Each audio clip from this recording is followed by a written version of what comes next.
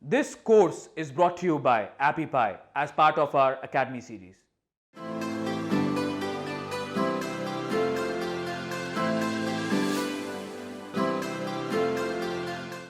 In this video, what we are going to do is that we will get the knowledge of the basic structure of Google Form app. So first of all, we have to open the Google Form app in order to know about that. So please do make a search as Google Form on Google search engine, and you can find the relevant search engine results at the top. So first two options are, you can choose any one of this. When you click the first option, you will get a brief overview of the Google Form app, and you can just open the form app right there, or else you can just start the app by choosing the second search engine result if you want. You have got another option also to open the Google Form app. You can open it from your Google Drive. So you can also open by just typing the URL, which is docs.google.com/forms. So when you click the first search engine option, then you will be landing over a website where you have the information regarding what you can do with Google Form. You have to just click the option called go to Google Form here in order to trigger the Google Form app. So let's click that, and now here we are present now on the Google Form app. This is not the form creator. The form creator is another place. Right now we are on the dashboard of Google Form app. What does the dashboard mean? The dashboard is a place where you can get to know about the recent forms. So these are the recent forms which are being displayed at the bottom. You can just filter the forms whether they are created by you or by someone else. So if you have a good knowledge regarding Google Apps, then you may know that you can share any of your work, such as the slides, the forms, the spreadsheets, the docs, with someone else, and you can allow them to edit. You can both parallelly work on a single project, even though you are present somewhere.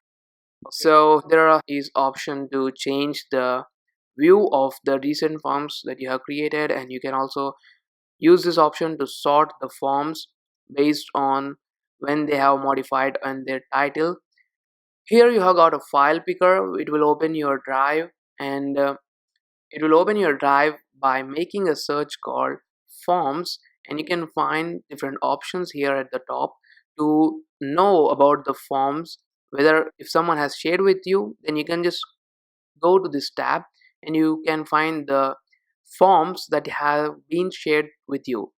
If you just star any form, then it will be available in the starred forms, and the recent forms are available here. And you can also upload a form right from your computer by just clicking this option. Okay, so this was a brief information regarding recent forms and how you can just get to know about the forms that you have created previously. At the top you have got different templates. So let's click this button, and here you can find the different templates. What are templates? Templates are also formed, but they have already been created. So you can just open this form which is already created and publish it with your own URL and get the results saved on your drive storage. So Google Form will occupy your drive storage based on the responses that you get. Here you can just trigger any of the form in order to make it your own. You can find the different templates named as find a time, contact information, t-shirt sign up, party invite, event registration, and more. So you can use any of these forms if you want, but it's not good to use the forms which are already created every time, because you have an idea to create a form. In order to meet that idea, you should opt the relevant question types and answer types. And if you just make use of any template, what happens is that the template may not have the content relevant to your idea, and you need to delete each and every content one by one, and it's really a hectic task. And in that case, it's better for you to open a blank template. So this is the use of the blank template. And if you have got enough knowledge regarding of Google Form app, then it's better for you to start by opening a blank template. But if you don't know about Google Form, it's better for you to make use of these templates. The templates not only help you to create the forms easily, but they also help you to get the basic understanding of this app called Google Form.